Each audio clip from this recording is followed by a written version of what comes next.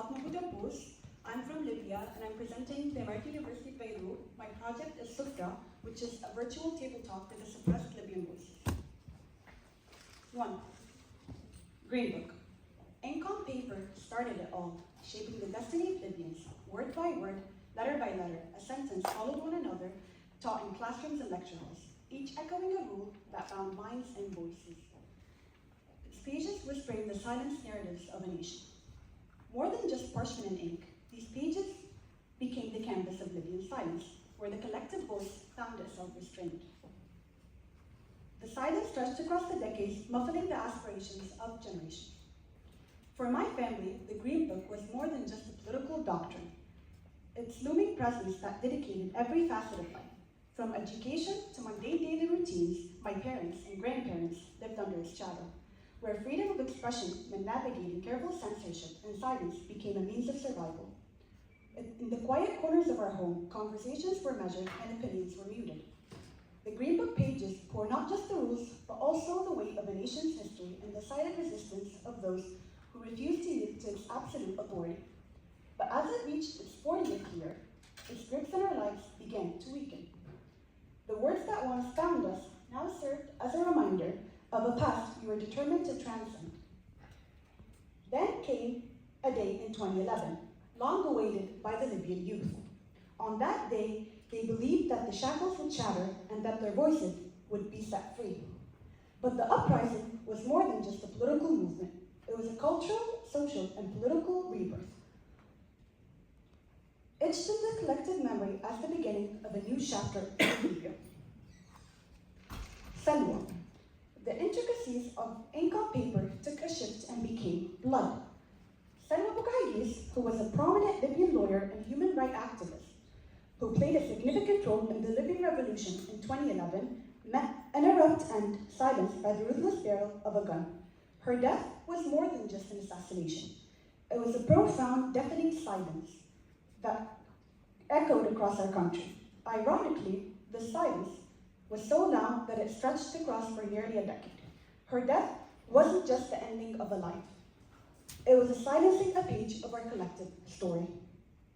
As of today, in 2024, silence is what we have come to. A void, a blank page where dreams were once inscribed.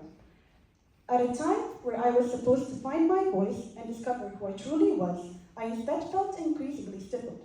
I exist in a paradoxical state of isolation amidst a crowd of people. My voice drowned out by the deafening silence that surrounded me. My opinions and thoughts, which should have been freely expressed, were instead kept inside, crashing against the walls of my mind.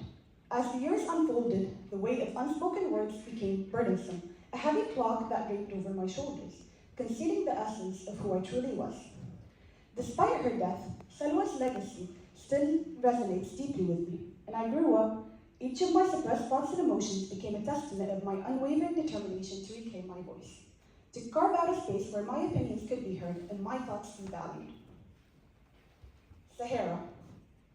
In the vast, unliving expanse of the Sahara, survival seems impossible. Its relentless heat during the day and excruciating cold by night create a harsh environment where life struggles to take root. This isolation mirrors the era in Libya that we lived through. An era that feels so inhabitable as the desert itself. That's what Libya resembles, the Sahara Desert, memorizing the suppression of voices and restraining of disclosure. The desert, with its boundless horizons, should be a place of limitless potential and exploration. Instead, it underscores the heavy weight of repression, where the petition of growth and progress is buried beneath the sense of silence. In the absence of the vibrant hum of communities and lively debates of public forums, the desert's vast emptiness serves a reminder of the importance of fostering environments where all voices can be heard and flourish without constraint. Hushes were the only responses my opinions received, repeating throughout my entire childhood. Expressing an opinion meant serious consequences, a reality that persisted from Salwa's tragic death, which occurred precisely 10 days before my 10th birthday, to my current 20-year-old self. A decade of my life unfolded in complete silence. For me, this was 10 years of endurance. However, for my parents, the suffocating quiet has spanned decades. As of today, in 2024, at the ripe age of 20, I reflect on how this desert has shaped me. Living there meant feeling the numbness land devoid of life. Numbness and quietude is what I got used to. My thoughts and opinions are only shared within my walls. I became familiar with the sensation of numbness and the absence of life.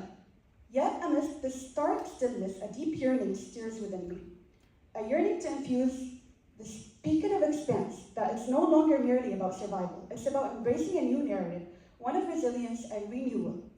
One about breathing life into the desert, making it a place where communities can thrive. Here comes SUFRA.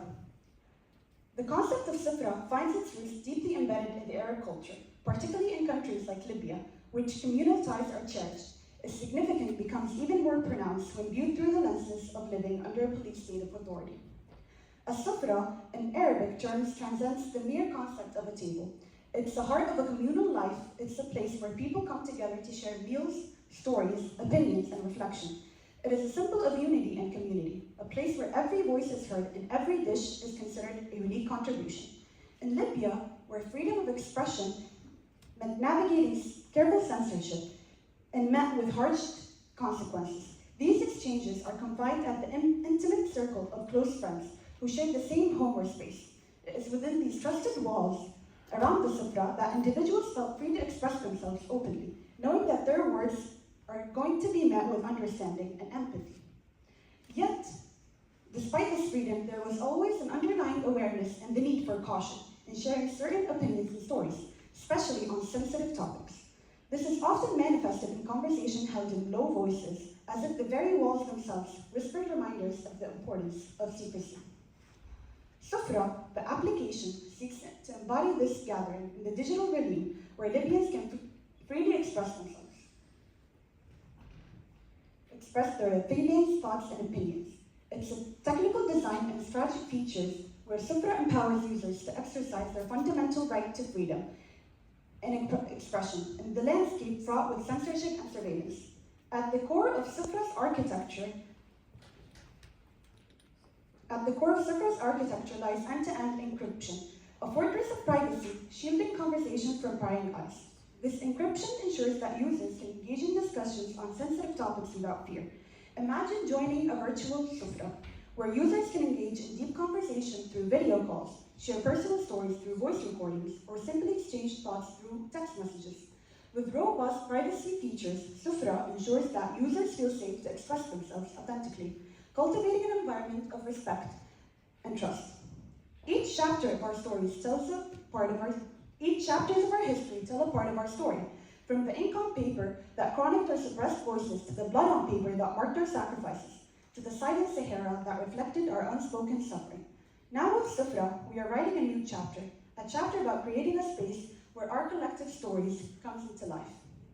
By transcending geography barriers, SUFRA brings together Libyans from diverse backgrounds and locations, fostering a sense of unity and belonging in a digital oath, where the spirit of community flourishes through continuous innovation and user feedback. It stands as a beacon of hope in the face of oppression, empowering individuals to reclaim their voices and work towards a better future. Thank you.